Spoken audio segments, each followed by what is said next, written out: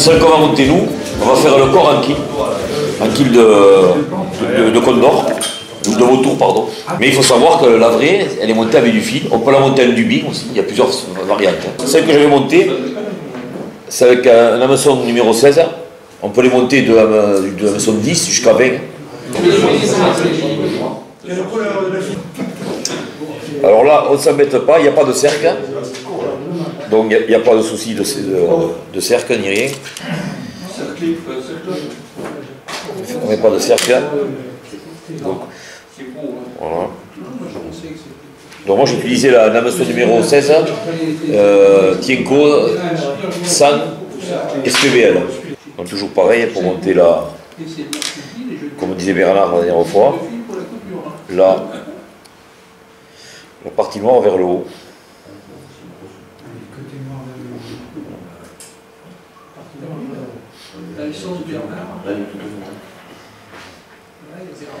Voilà.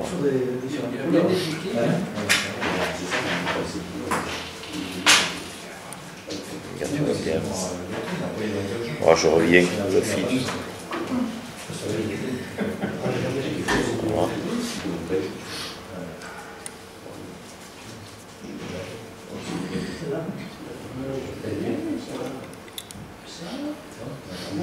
Voilà, je fais mes emblements, mes spirales jointives.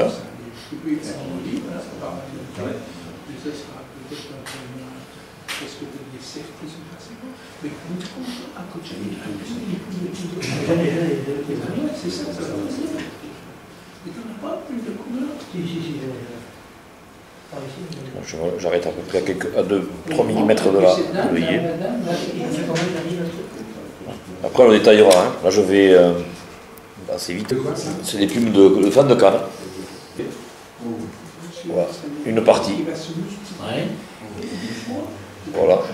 Donc la plume se retrouve qu'avec la partie, la moitié. Et c'est avec ça qu'on va faire la collerette. Alors, au lieu d'un nacle, souvent, on enroule la partie, on part du plus épais vers le plus court. On garde le rachis. Il y a plusieurs méthodes, mais celle-là, c'est celle qu'on m'a fait voir. Et c'est celle qui se fait le mieux, mais on peut le faire aussi entier. On peut l'enrouler entier, mais ça va faire un gros paquet. Là, c'est mieux, je pense.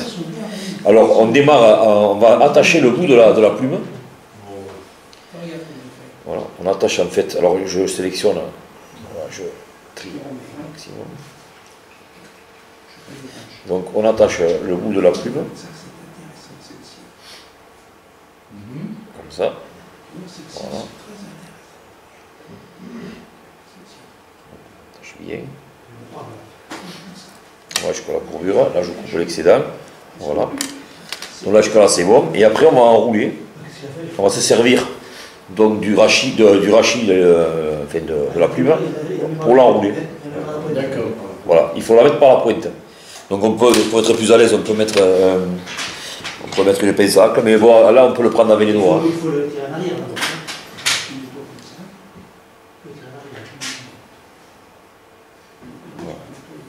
Alors normalement on enroule le côté, bon, c'est pas trop important. Après ce qu'on fait, on va enrouler,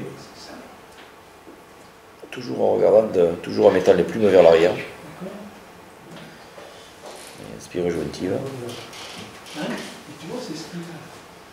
Voilà. Ça paraît collé, mais quand on utilise, ça se répartit très bien. On peut arranger un peu. Comme ça ou comme ça. Ce qu'il veut dire, c'est que le côté lisse de la plume, ça va. Ouais, après, et là on peut enrouler toute la plume. Alors, moi j'en ai enroulé entière. Après on peut retailler, mais ça fait un gros paquet. Souvent il y en a trop. Que là normalement, on est juste à la bonne. Voilà, je vais pincer ma plume.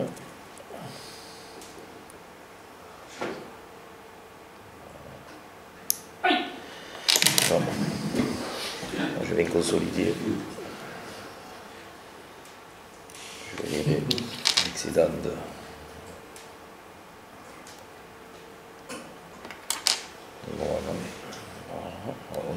vers l'arrière.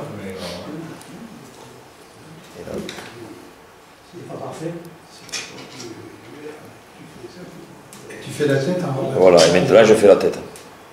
Je rabats tout vers l'arrière.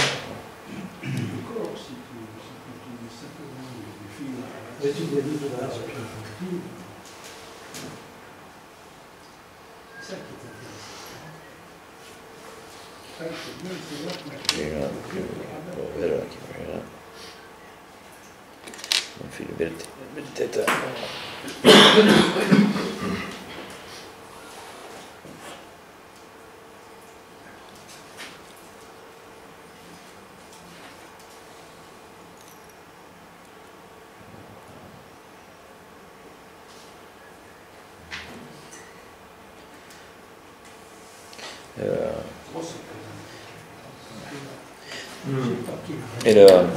Elle imite bien, cette plume imite bien les petits sedges qu'il y a sur le lot. Il y a des tout petits sedges comme ça, de taille sur un sommet. Et quand tu es là-dessus, ben, moi ça m'est arrivé, ça m'est arrivé. Et une fois là, on s'est sauvé la bordure avec cette pelote. Je fais le finish. Voilà.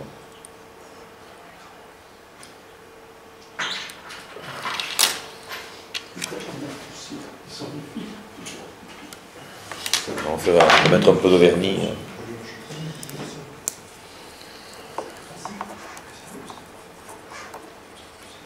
Après la longueur par rapport à la On va voir. Là, la longueur, elle est pratiquement bon. Je vais la retailler quand même un peu. Ça se retaille, ça? Ça se retaille normalement, ouais. Bon, si tu peux l'éviter, c'est plus joli, mais ça se retaille. Il ne faut pas hésiter à retailler, ça se retaille.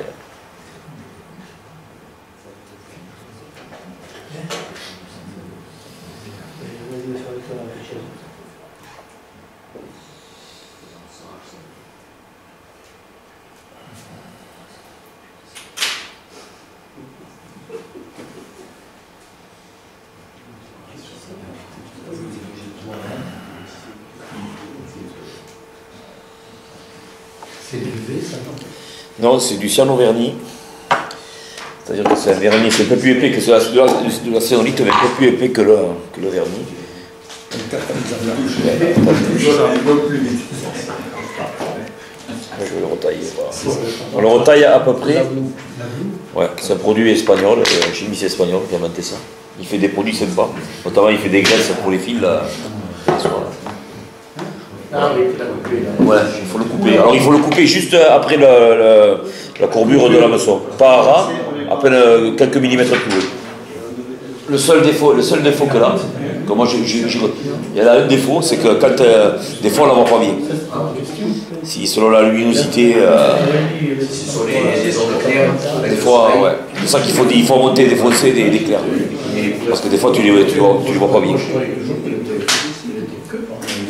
Mais celle-là, là, tu peux la faire en noyer? Oui, tu peux t'en sortir. Normalement c'est une sèche, mais c'est une émergente, mais tu peux la mettre à noyer si tu veux. C'est un peu le principe de la noyer. Par contre, elle nagera sous l'eau.